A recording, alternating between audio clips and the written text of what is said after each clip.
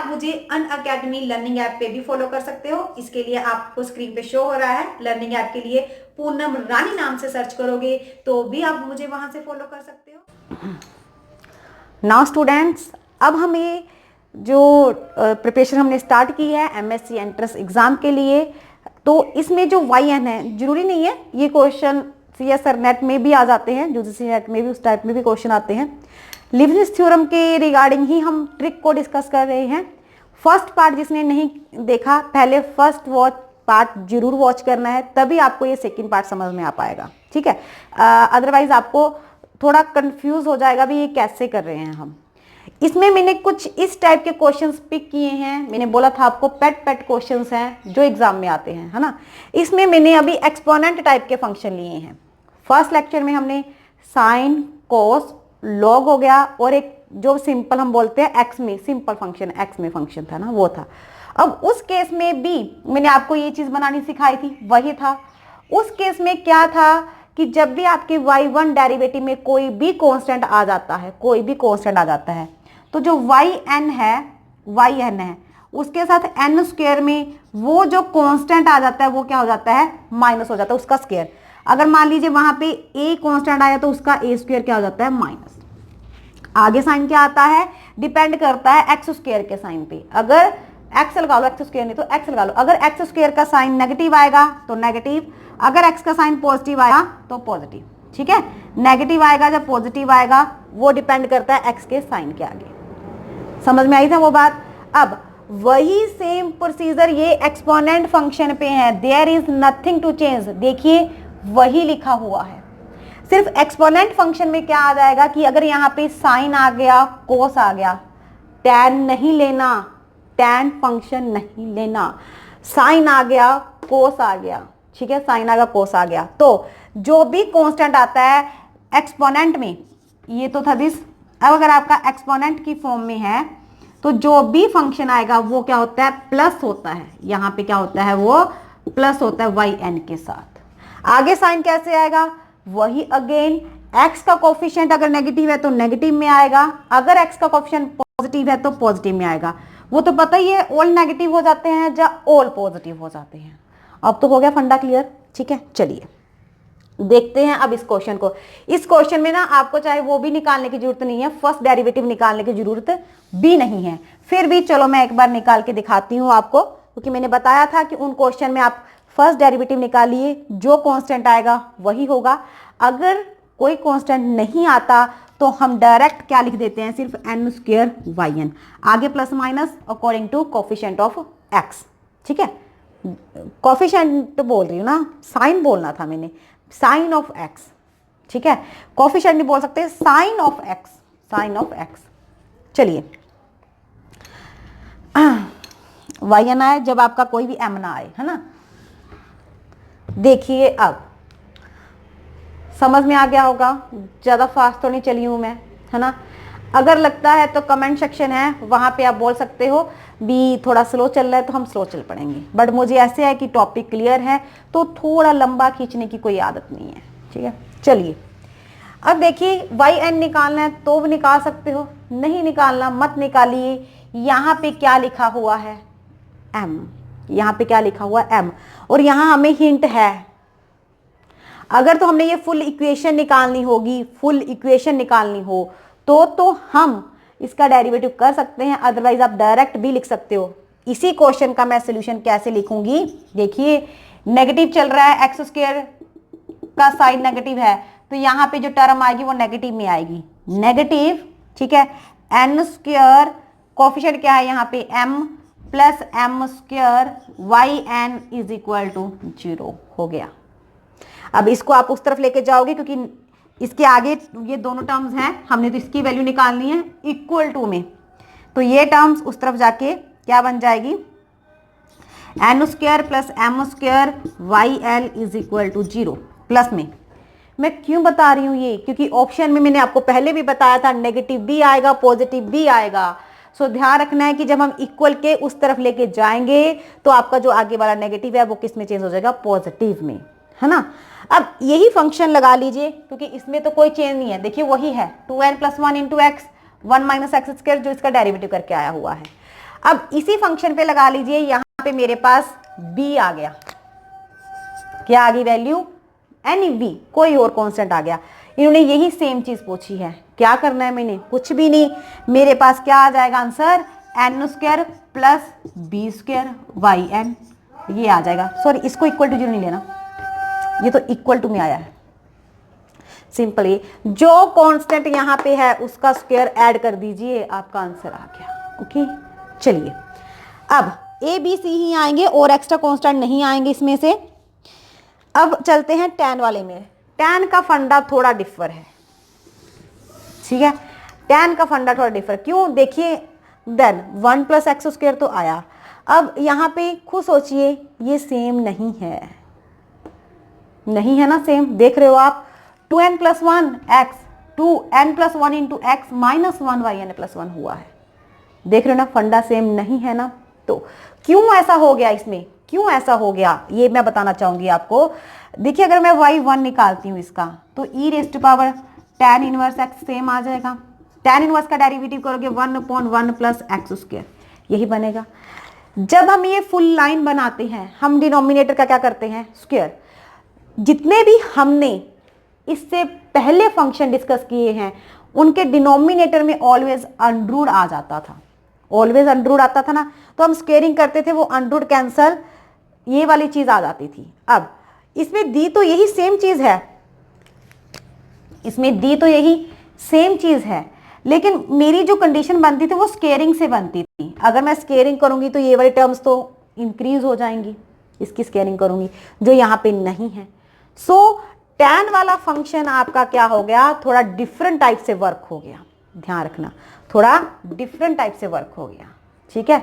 चलिए अब इसका क्या आता है, अगर आपका tan आ जाता है एक्सपोनेंट, बस ये याद रखना, जब एक्सपोनेंट है तो प्लस आते हैं चीजों में, है ना, अगर सिंपल साइन कोस है, लोग है, तो माइनस आता है। अब मैं बताना चाहूंगी, मुझे लगता है कि मैंने ना ये लास्ट क्वेश्चन में, ठीक है, सही है, ठीक है, ये चीज है। अब देखिए कैसे करना है tan में, अगर tan इनवर्स आ जाता है आपके पास, ये 2 टर्म्स तो होंगी, बस इसकी लास्ट टर्म क्या आएगी, सिंबल पॉजिटिव है तो यहाँ पे प्लस में ही आएगा, ठीक है। क्या लिखोगे आप, प्लस, ध्यान रखना प्लस, एक्सपोनेंट में है n plus 1 into Y N, क्योंकि n प्लस 2 लिखना था ना यहाँ पे, n plus 2 n plus 1 into Y N, ये आएगा इज इक्वल टू 0। अब ये उस तरफ जाके आगे क्या आ जाएगा, negative, that means minus n plus 1 Y N, तो ये आपका आंसर आएगा, आप वहां पे टिक कर सकते हो सकता है आपको थोड़ा कंफ्यूजिंग लगे, थोड़ा लगे कि मैम ये क्या करवा रहे हैं, प्रीवियस ईयर के क्वेश्चन पिक करो, उसमें इस टाइप के जब क्वेश्चन आए हुए हैं ना, तो आप पहले लेक्चर देख लो, फिर वो प्रीवियस ईयर के क्वेश्चन पेपर देखो, तो मैं डैम श्योर कहती हूँ आप ऐसे टिक करोगे, ठीक है, कंफ्यूज मत हो, टिक सीधे करोगे आप लेक्चर। अगर वहां पे नहीं हुए तो अगेन एक बार जरूर वीडियो को देख लेना, 2 टाइम देख लोगे तो प्रॉपर समझ में आ जाएगा। अब ये हो गया, अब ये अकेला tan इनवर्स है ना, अब अकेला tan इनवर्स आता है तो हम क्या लिखेंगे, जो हमारी टर्म आएगी यहाँ पे क्या आ जाएगा, माइनस, वही n माइनस 1 वाई एन हो जाएगा, ठीक है।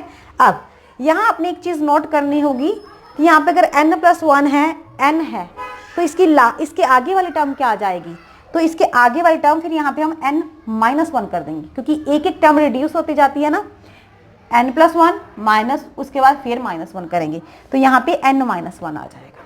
तो इस क्वेश्चन का डायरेक्ट हम आंसर लिख सकते हैं कि वो ये इसके साथ वैसे प्लस में आएगा, is equal to minus B, इसका आंसर, जस्ट अ मिनट, ये थर्ड क्वेश्चन नंबर 3 का आंसर आपका इज इक्वल टू जो भी ऑप्शन होंगी minus n minus 1 Y n minus 1 में क्या हो जाएगा, टिक हो जाएगा। देखिए मैं भी डायरेक्ट कर रही हूं,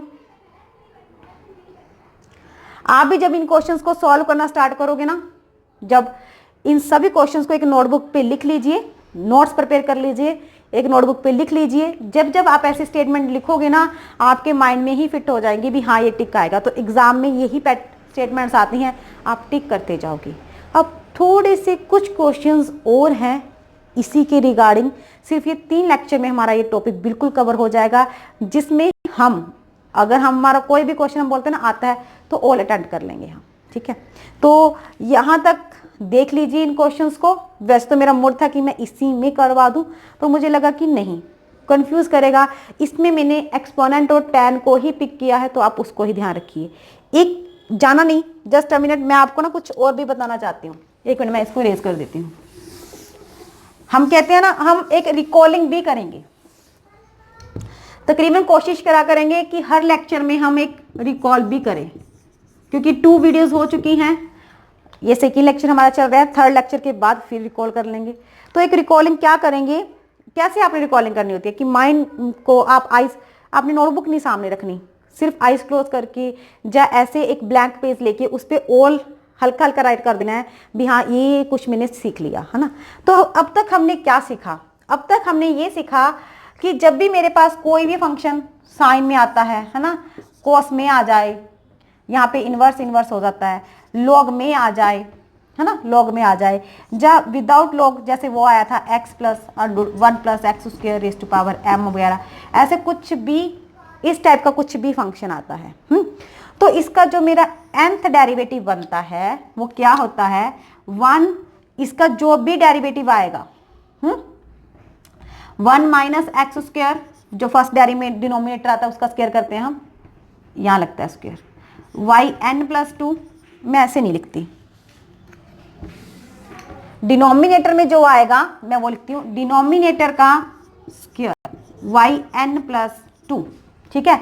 यहाँ पे कोफिशिएंट क्या आएगा, सॉरी यहाँ पे साइन क्या आएगा अकॉर्डिंग टू x, ठीक है, प्लस या माइनस अकॉर्डिंग टू x, भी डिनोमिनेटर में साइन का x का साइन क्या है, ये टर्म सबके लिए सेम है 2n plus 1 into X Y n plus 1। वो इसी की वैल्यू नॉर्मली पूछते हैं, जब कभी कभी ये भी हो सकता है कि वो इसकी वैल्यू पूछ लें, आपको लास्ट वाली 2 दे दे, तो आपको टोटल इक्वेशन भी बनानी आनी चाहिए। तो यहाँ पे भी यहाँ लिख देती हूँ प्लस माइनस आएगा है ना। अब प्लस माइनस में आपके पास यहाँ पे n स्क्वायर तो आएगा ही आएगा, n स्क्वायर तो आएगा ही आएगा। अब n स्क्वायर के साथ अगर आपके फर्स्ट डेरिवेटिव में, जैसे यहाँ पे मैंने m लिख दिया है ना, अगर कोई m a b अगर इस टाइप का कोई कांस्टेंट आता है ना, हम बोलते हैं पैरामीटर टाइप का, तो वो इन सारी इक्वेशंस में क्या हो जाता है, इसके साथ उसका स्क्वायर माइनस हो जाता है into Y N is equal to 0। हाँ, अगर ये कोई भी कांस्टेंट नहीं आता तो ये वाली टर्म्स में क्या आ जाता है plus minus n square Y N, क्योंकि ये फर्स्ट 2 इक्वेशन तो स्टैंडर्ड रहती हैं, लास्ट वाली इक्वेशन में ही चेंज होता है। अगर तो कांस्टेंट आया तो वो माइनस हो जाएगा, अगर नहीं आया तो सिंपल हो जाएगा। इन द सेम वे हम एक्सपोनेंट में चलेंगे। अगर एक्सपोनेंट में है ना, जैसे हमने अभी एक्सपोनेंट फंक्शन की बात की थी, E raise to power m sine inverse x, sine आ जाए कोस आ जाए, tan नहीं आना चाहिए, ओके, सिंपल, इसमें भी tan नहीं। अगर इस टाइप का फंक्शन आता है आपके पास तो यही सेम फंडा ही इसके साथ चलेगा, वही सेम चीज। यहाँ पे आपके पास प्लस माइनस के अकॉर्डिंग n स्क्वायर प्लस हो जाएगा, वही कोफिशिएंट एक्सपोनेंट में प्लस हो जाता है, बाकी में माइनस हो जाता है। हाँ, अगर यहाँ पे कुछ नहीं आया है तो यहाँ पे भी ओनली n स्क्वायर ही आएगा, ठीक है, यहाँ पे कुछ नहीं आएगा। समझ रही हो मेरी बात, अगर कुछ भी नहीं आया। यहाँ तक हमारी ये रिकॉलिंग हो चुकी है, जो चीज़ हमने यहाँ तक अभी स्टडी की है। उसके बाद जो सिर्फ 3 टाइप, आई थिंक 2-3 क्वेश्चन हैं, 2 या 3 क्वेश्चन जो थोड़े से डिफरेंट हैं, तो उनको मैं नेक्स्ट लेक्चर में डिस्कस कर देती हूँ। उसके बाद आपका ये टोटली क्लियर हो जाएगा। Thank you for watching this, also share with your friends and like it, और don't forget to subscribe my channel. Subscribe कर दोगे, साथ में बेल आइकन शो हो जाती है, तो बेल आइकन भी क्लिक कर देना है। बेल आइकन से आपको जो भी वीडियो मिलती है तो नोटिफिकेशन आ जाती है, तो आप प्ले कर सकते हो। Thank you, bye bye.